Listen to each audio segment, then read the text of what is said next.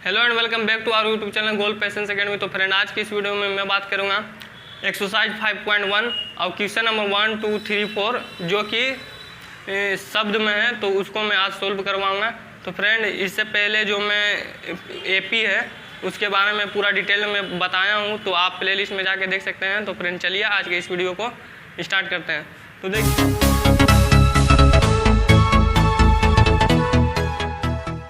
देखिए फ्रेंड, जो पहला क्वेश्चन है 5.1 का, उसमें हम लोगों को सीधे देखना होता है कि वो एपी में है और क्यों है। तो फ्रेंड देखिए, पहला क्वेश्चन है उसका कि प्रत्येक किलोमीटर के बाद का टैक्सी का किराया, जबकि प्रथम किलोमीटर के लिए किराया 15 रुपया है और प्रत्येक अतिरिक्त किलोमीटर के लिए किराया ₹8 है। तो फ्रेंड, मैं शुरू से बताते आ रहा हूँ कि कोई भी जो प्रथम संख्या होता है तो वही उस एपी का प्रथम पद कहलाता है। तो ये देखिए, जो 15 रुपया है वो मान लेते हैं कि कोई संख्या, तो ये 15 रुपया ये प्रथम पद कहलाएगा। अब इसमें अतिरिक्त किराया, उसके बाद का किराया जब 1 किलोमीटर आप चल रहे हैं तो उसमें 8 रुपया ऐड होते जा रहा है। तो देखिए, 15 रुपया पहले था प्रथम किलोमीटर के लिए, उसमें 8 रुपया ऐड हुआ सेकेंड किलोमीटर के लिए। तो ये हो गया सेकेंड किलोमीटर के लिए कितना रुपया हो गया, 8 5 13, 1 और 1 2 23, ये 23 रुपया हो गया। अब थर्ड किलोमीटर के लिए इसी तरीक़े से चलेंगे, जिसमें 8 रुपया और ऐड होगा। तो इसमें 8 रुपया ऐड होगा, ये थर्ड 3 किलोमीटर के लिए हो जाएगा। तो देखिए 8 3 11 का 1 हाथ में 1 1 2 3 31 रुपया। इसी तरीक़ा से 8 रुपया ऐड होते जाएगा और ये जो सीरीज है वो बनते जाएगा। तो फ्रेंड देखिए, यहाँ 15 रुपया, फिर 23, फिर 31, फिर डॉट आगे बढ़ रहा है। ये लगातार मतलब कि जो एपी है वो आगे बढ़ रहा है। तो अब हमको देखना है कि ये संख्या जो है वो एपी में है कि नहीं है। तो फ्रेंड, कोई भी चीज़ को हमको देखना होता है कि कोई भी संख्या या सीरीज है उसका, तो वो एपी में कब कहलाता है, जब उसका जो दो क्रमागत संख्याओं के बीच का डिफरेंस इक्वल होता है। तो फ्रेंड देखिए, इसमें मान लेते हैं कि हम इसको लेते हैं अगला पद। तो मैं बताया हूँ कि कॉमन डिफरेंस जो डी होता है उसको सिंपल लैंग्वेज में आपको समझना है। तो ये होता है डी इज इक्वल टू अगला पद और माइनस जस्ट इससे पीछे वाला पद। तो इससे पीछे वाला पद मान लेते हैं पिछला पद। तो देखिए, हम मान लेते हैं इसको अगला पद है, तो ये हुआ 31 माइनस जस्ट इससे के पीछे वाला पद कौन है, 23 है। तो देखिए 23 आएगा। अब इसके में देखिएगा 11 में से 3 गया 8, ये 8 कॉमन आया इसमें, मतलब इसका डिफरेंस आया। मान लेते हैं कि अगला बार हम लेते हैं इसको, नेक्स्ट में इसको अगला पद मान लेते हैं। तो देखिए कॉमन डिफरेंस क्या आएगा, 23 और माइनस जस्ट इसके पीछे वाला पद तो कौन है, 15 है। तो देखिए यहाँ 15। अब देखिए 13 में से 5 गया तो 8, अब 1 में से 1 जाए 0।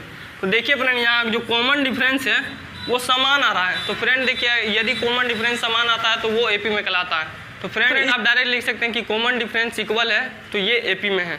तो फ्रेंड चलिए इसके नेक्स्ट वाले क्वेश्चन में चलते हैं कि देखते हैं कि वो एपी में है कि नहीं। तो फ्रेंड चलिए सेकंड क्वेश्चन पे चलते हैं। तो फ्रेंड देखिए, ये सेकंड क्वेश्चन है हमारा कि किसी बेलन में उपस्थित हवा की मात्रा, जबकि वायु निकालने वाला पंप प्रत्येक बार उसमें से 1/4, मतलब कि यदि वो भी है तो उसका 1/4 माइनस 1/4 कर देता है, v/4 इसमें से माइनस करता है। मतलब कि देखिए फ्रेंड, कि किसी बेलन में उपस्थित हवा की मात्रा, जबकि वायु निकालने वाला पंप प्रत्येक बार बेलन की शेष हवा, जितना उसमें से बचा है, जितना मतलब कि जो बेलन है उसमें हवा बचा है, उसमें से प्रत्येक बार उसका 1/4 हिस्सा बाहर निकाल देता है। तो फ्रेंड देखिए, इसमें हमको वही देखना है कि ये एपी में है कि नहीं है। तो फ्रेंड मान लेते हैं, माना कि बेलन का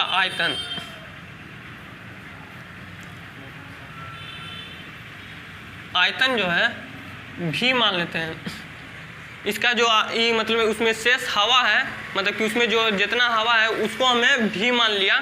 अब देखिए क्या होता है कि पहला तो ये हो गया, तो किसी एपी का जो भी पहला संख्या होता है वही उसका प्रथम पद कहलाता है, इसलिए ये प्रथम पद कहला जाएगा।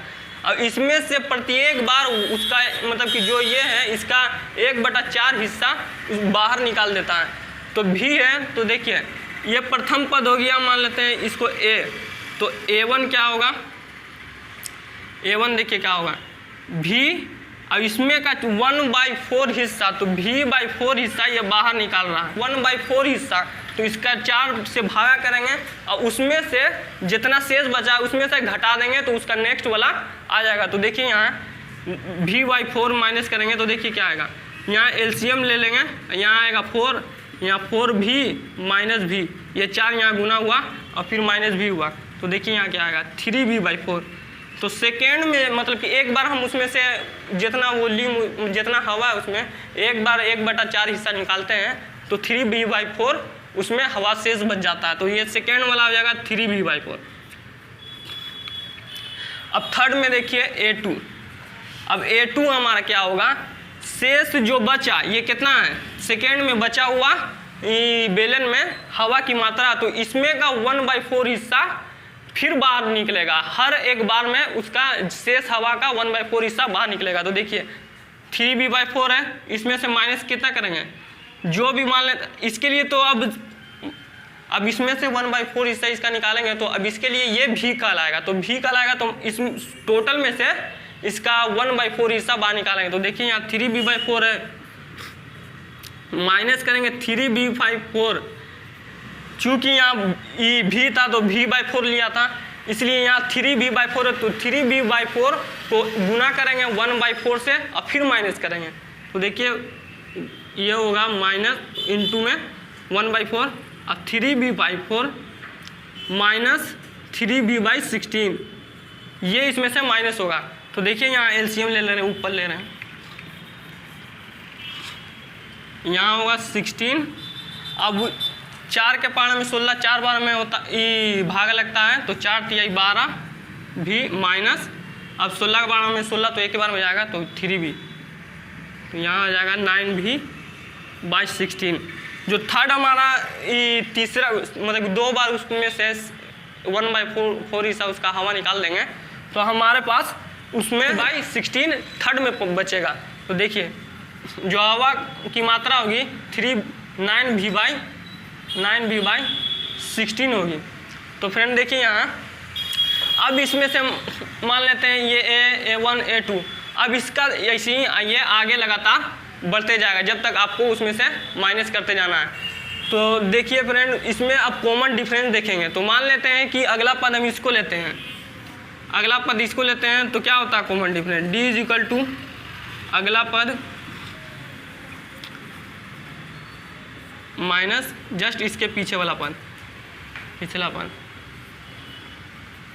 तो फ्रेंड देखिए 9v/16 को मैं अगला पद ले रहा हूँ, तो देखिए क्या होगा 9v/16 और जस्ट इसके पीछे वाला पद, तो इसके पीछे वाला पद तो ये है, तो देखिए माइनस करेंगे 3v/4, तो इसमें से लेंगे एलसीएम 16 आएगा, एलसीएम देखिए यहाँ 16 आएगा क्योंकि 16 और 4 है। अब देखिए ये तो 16 का पारा में 16 एक बार में जाएगा, तो ये 9 भी रहेगा, और माइनस करेंगे 4 का पारा में 16 4 बार में भाग लगेगा, और 4 तिहाई 12 माइनस 12 भी, तो देखिए क्या आएगा माइनस का 3v/16। इसका कॉमन डिफरेंस, इन दोनों के बीच का कॉमन डिफरेंस -3/16 है। अब देखते हैं कि यदि हम a1 - a करते हैं तो यही आ रहा है कि नहीं, यदि ये आता है तो ये जो हमारा सीरीज रहेगा वो रहेगा एपी में, यदि नहीं आता है तो जाहिर सी बात है कि वो एपी में नहीं कहलाएगा। तो देखिए फ्रेंड यहाँ मान लेते हैं डी, अगला पद इसको लेते हैं 3v/4 को, तो देखिए यहाँ क्या होगा 3v/4 माइनस जस्ट इसके पीछे वाला पद क्या भी है, तो भी को माइनस करेंगे, तो देखिए क्या आएगा 3v/ इसका तो डायरेक्ट एलसीएम लीजिएगा तो 4 आएगा, तो यहाँ ले लेते हैं 4। अब देखिए 4 का पारा में 4 एक बार में, तो 3v और माइनस 1 का पारा में 4 4 बार में, तो यहाँ क्या आएगा 4v। तो देखिए ये जो प्लस माइनस जब भी घटता है तो उसमें जो भी बड़ा संख्या होता है उसके सामने का चिन्ह लगता है, तो इसलिए माइनस भी 4 में से 3 चल जाएगा और माइनस भी बचेगा, और 4। तो फ्रेंड देखिए यहाँ आ रहा था हमारा दो क्रमागत संख्याओं के बीच का डिफरेंस -3/16 और यहाँ दो क्रमागत संख्याओं के बीच का अंतर -b/4। चूँकि हमारा कॉमन डिफरेंस समान नहीं है तो इसलिए ये एपी में नहीं कहलाएगा। तो फ्रेंड चलते हैं नेक्स्ट क्वेश्चन पे, थर्ड क्वेश्चन पे। उम्मीद करता हूँ कि आपको समझ में आया होगा। तो चलिए थर्ड क्वेश्चन पे चलते हैं। तो फ्रेंड देखिए ये हमारा थर्ड क्वेश्चन है। क्या है कि प्रत्येक मीटर की खुदाई के बाद कुआं खोदने में आई लागत क्या होता है? जो हम इन्वेस्ट करते हैं, फर्स्ट जो पैसा देते हैं उसी को लागत कहते हैं। जबकि प्रथम मीटर खुदाई की लागत 150 रुपया। तो मैं फ्रेंड शुरू से बताते आ रहा हूँ कि जो भी प्रथम संख्या होता है किसी सीरीज का, वही उस सीरीज का मतलब कि एपी का प्रथम पद कहलाता है। तो ये तो हमें देखना है कि ये एपी में है कि नहीं। तो प्रथम पद क्या हो जाएगा? 150। अब देखिए 150 रुपये है और बाद में प्रत्येक मीटर खुदाई की लागत 50 रुपया है। तो देखिए फ्रेंड ये प्रथम जो मीटर था, खुदाई हुआ था प्रथम मीटर, वो था उसका लागत 150 रुपया। अब उसके नेक्स्ट जो मीटर खोदा गया तो उसमें 50 रुपया ऐड कर दिया गया, 50 रुपया लिया जाने लगा। तो देखिए सेकेंड मीटर के लिए 150 तो पहले था प्रथम मीटर के लिए, उसमें 50 ऐड होगा। तो देखिए ये कितना आया? ये आया 200 रुपया। अब इसी तरह थर्ड मीटर के लिए 200 रुपया और 200 रुपया में एक मीटर का ऐड करेंगे तो उसमें हो जाएगा 250 रुपया। तो ये हो जाएगा 250 रुपया। इसी तरह से ये आगे बढ़ते जाएगा जब तक कुआं नहीं खुदाता है। तो फ्रेंड देखिए ये 150 हुआ प्रथम पद। अब इस जो सेकेंड मीटर है उसमें 50 रुपया ऐड हुआ तो 200 रुपया हो गया। फिर जो तीसरा मीटर खोदा किया उसमें 50 रुपया फिर ऐड किया गया तो 200 + 50 ये हो गया 250 रुपया। तो फ्रेंड अब ये लगातार आगे बढ़ता है। तो फ्रेंड देखिए यहाँ मान लेते हैं कि आगे वाला पद इसको लेते हैं। अब d = होता है, आप ऐसे भी लिख सकते हैं an-1। इसका ये जनरल फॉर्मूला होता है। बाकी आपको प्रॉब्लम होगा इसलिए मैं सिंपल वर्ड में समझाता हूँ कि इसको डायरेक्ट लिखिए। अगला पद माइनस इसके जस्ट पीछे वाला पद, पिछला पद d = तो फ्रेंड देखिए मान लेते हैं कि जो 250 रुपया है वो मेरा अगला पद है। तो देखिए अगला पद क्या हुआ? 250 रुपया। और जस्ट इसके पीछे वाला पद क्या है? यहाँ 200 दिखता होगा तो 200 को माइनस कर देंगे। तो देखिए इसमें कितना आ रहा है इसका अंतर? 50 रुपया। अब इसी तरह से मान लेते हैं कि मेरा प्रथम अगला पद 200 रुपया है। तो देखिए 200 रुपया और माइनस जस्ट इसके पीछे वाला पद क्या है? यहाँ 150 रुपया। 150 रुपया घटा देंगे तो देखिए आ रहा क्या? 200 में से 150 घट जाएगा तो फिर 50। तो देखिए हमारा जो कॉमन डिफरेंस आ रहा है इसमें इक्वल आ रहा है। तो फ्रेंड ये जो हमारा सीरीज बनेगा, ये जो क्वेश्चन है इसका सीरीज बनेगा वो एपी में कराएगा। तो फ्रेंड चूंकि इसका कॉमन डिफरेंस है इसलिए ये एपी में है, तो यही इसका आंसर है। तो फ्रेंड चलते हैं नेक्स्ट अपने क्वेश्चन पे। तो फ्रेंड देखिए ये हमारा फोर्थ क्वेश्चन है कि खाते में प्रत्येक वर्ष का मिश्र धन जबकि 10,000 रुपये की राशि 8% वार्षिक दर से चक्रवृद्धि ब्याज पर जमा की जाती है। तो फ्रेंड देखिए आपको चक्रवृद्धि ब्याज का फॉर्मूला याद होना चाहिए तभी ये क्वेश्चन भी सोल्व होगा। और चक्रवृद्धि ब्याज का जो फॉर्मूला फ्रेंड जिसे कंपाउंड इंटरेस्ट कहते हैं वो आपको हर कंपटीशन में लगभग में दिख जाता है। वो कंपटीशन में बहुत ज़्यादा पूछा जाता है इस पर सवाल। तो फ्रेंड आप इसे याद भी कर लीजिएगा। तो फ्रेंड चलिए इसको स्टार्ट करते हैं। तो फ्रेंड देखिए खाते में प्रत्येक वर्ष का मिश्र धन जबकि 10,000 की राशि 8% वार्षिक दर से चक्रवृद्धि ब्याज पर जमा की जाती है। तो फ्रेंड देखिए ये जो हमारा पैसा है रुपया 10,000 रुपया वो हमारा मूलधन है।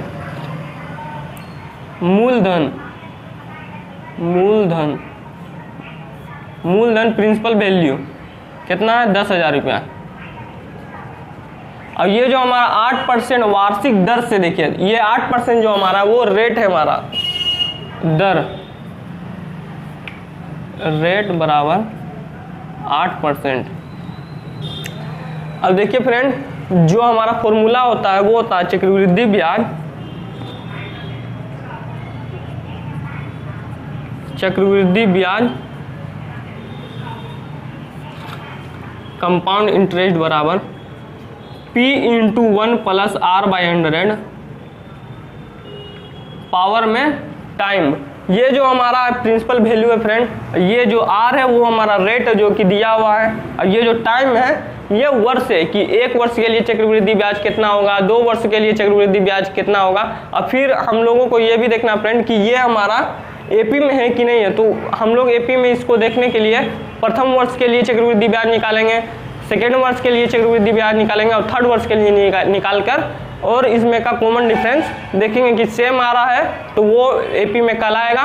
यदि कॉमन डिफरेंस इन दोनों जो सीरीज बनेगा चक्रवृद्धि ब्याज से, अगर उसका डिफरेंस दो क्रमांक संख्याओं के बीच का जो डिफरेंस है वो अगर समान नहीं आता है तो ये जो हमारा इससे एपी बनेगा, ये जो मतलब कि इससे जो सीरीज बनेगा वो हमारा एपी में नहीं होगा। तो फ्रेंड देखिए प्रथम वर्ष के लिए, प्रथम वर्ष के लिए चक्रवृद्धि ब्याज कंपाउंड इंटरेस्ट, तो देखिए क्या होगा, ये तो हमारा 10,000 रुपये रहेगा, 10,000 गुने 1 प्लस आर हमारा क्या है 8% है यहाँ, तो 8/100। अब देखिए जो टाइम है हमारा वो प्रथम वर्ष के लिए निकाल रहे हैं तो यहाँ पावर में 1 होगा। तो देखिए क्या होगा 10,000, जब इसको आप एलसीएम लीजिएगा तो ये 100 ऊपर चल जाएगा क्योंकि एक का पारा में 100 बार में आता है 100, अब प्लस 100 का पारा में 100 एक बार में जाता है, भाग लगता है, इसलिए 1 गुने 8 8। अब पावर में 1 है तो पावर 1 आप दिखाते भी नहीं है तो कोई प्रॉब्लम नहीं होता है। तो देखिए फ्रेंड यहाँ 2 ठो जीरो से यहाँ 2 ठो जीरो कट जाएगा, 100 गुने 100 प्लस 8 तो कितना होता है 100 प्लस 8 108, तो ये हो जाएगा 10800। तो ये जो हमारा 10800 जो हमारा 10,800 रुपया आया है ये प्रथम वर्ष का चक्रवृद्धि ब्याज है। इसी तरीका से हम सेकेंड वर्ष के लिए निकालते हैं। फिर देखिए दूसरे वर्ष के लिए कंपाउंड इंटरेस्ट क्या होगा 10,000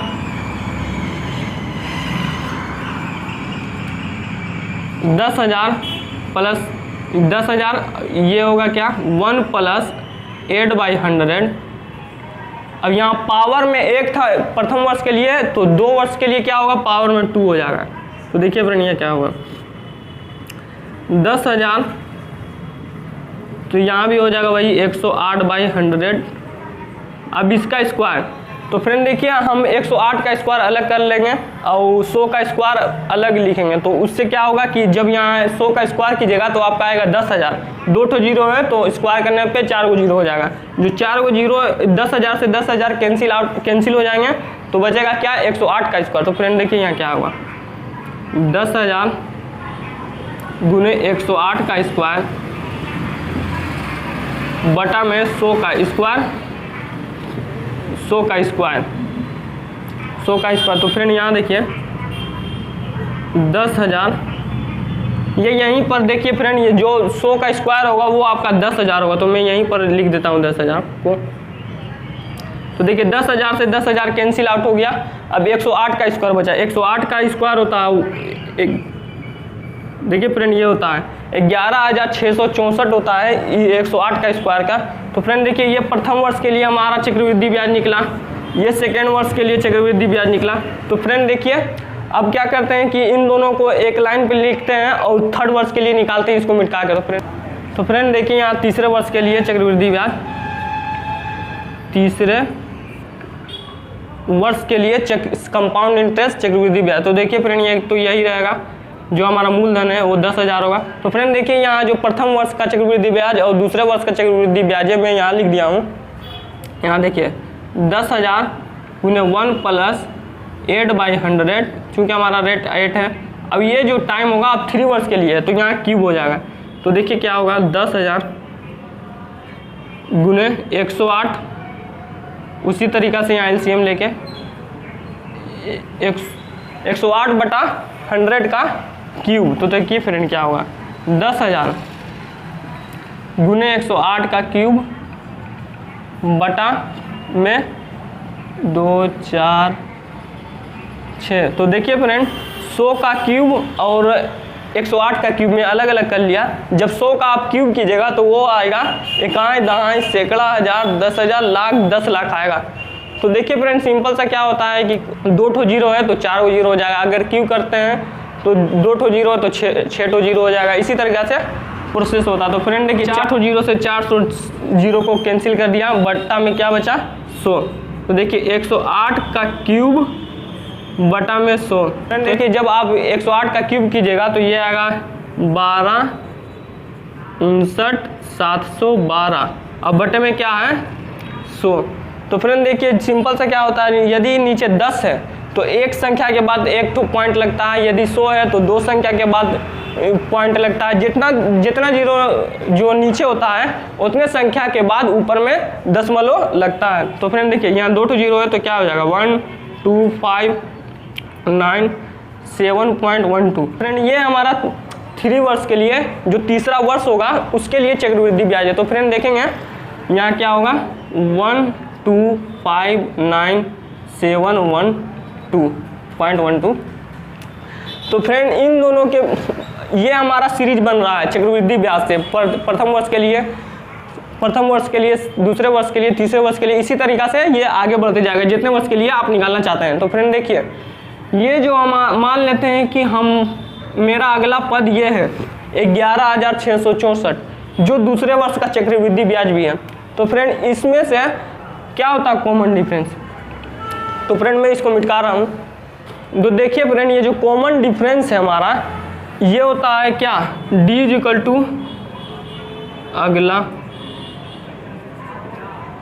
अगला पद माइनस जस्ट इसके पीछे वाला पद पिछला पद। तो फ्रेंड देखिए मान लेते हैं अगला पद मेरा 11,664 जो कि सेकेंड वर्ष का चक्रवृद्धि ब्याज है। 11,664 माइनस जस्ट इसके पीछे वाला पद तो क्या है 10,800 जो कि प्रथम वर्ष का 10,800 जो कि प्रथम वर्ष का चक्रवृद्धि ब्याज है। तो ये हुआ 800। तो फ्रेंड देखिए इसमें का जो इन दोनों के बीच का जो डिफरेंस होगा ये होगा 4 में से 0 गया तो 4, 6 में से 0 जाएगा 6, यहाँ 6 है तो एक हासिल यहाँ से ले लेंगे तो 16 में से 8 जाएगा तो 8। अब देखिए फ्रेंड यहाँ हो जाएगा 10 तो 0 में से जाएगा 0 0, अब 1 में से 1 जाएगा 0। तो सामने का 0 का कोई वैल्यू नहीं होता है। तो ये जो इन दोनों प्रथम वर्ष और सेकेंड वर्ष के बीच का जो डिफरेंस है वो आया 864 रुपया। अब इसी तरह से देखते हैं फ्रेंड कि जो इन दोनों के बीच का डिफरेंस होगा तीसरे वर्ष और दूसरे वर्ष के बीच का जो डिफरेंस होगा यदि इतना आता है तब तो ये एपी में कहलाएगा, यदि इतना नहीं आता है तो फिर ये एपी में नहीं होगा इनसे बनने वाला सीरीज। तो फ्रेंड देखिए D = अगला पद क्या है हमारा 1259712 माइनस 11,664। तो देखिए फ्रेंड क्या होगा। तो फ्रेंड देखिए इसमें से इसको घटाएंगे तो क्या होगा यहाँ ले लेंगे दशमलव के बाद 2 ठो जीरो तो 2 में से 0 जाएगा 2, 1 में से 0 जाएगा 1, अब ये तो दशमलव का दशमलव रहेगा। तो फ्रेंड देखिए 7 में से 4 जाएगा तो 3, 9 में से 6 जाएगा 3, 5 में से 9 में से 6 जाएगा 3, 5 में से 6 नहीं जा सकता इसलिए एक यहाँ कॉमन लेंगे। तो देखिए फ्रेंड ये 15 में से 6 जाएगा तो बचेगा 9। अब यहाँ बचा फ्रेंड देखिए यहाँ क्या बचा 1 बचा, अब 1 में से 1 जाएगा तो 0, अब फिर 1 में से 1 जाएगा तो 0। तो फ्रेंड देखिए ये सामने का 0 का कोई वैल्यू नहीं होता है।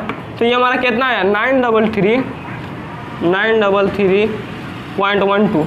तो ये हमारा देखिए फ्रेंड दो संख्याओं के बीच का अंतर कॉमन जो इन दोनों के बीच का डिफरेंस था ये आया 864। अब इसमें का आ रहा है इन दोनों के बीच का डिफरेंस 933.12।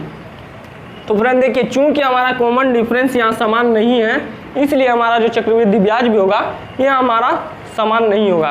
तो फ्रेंड होप करता हूँ कि आपको समझ में आया होगा।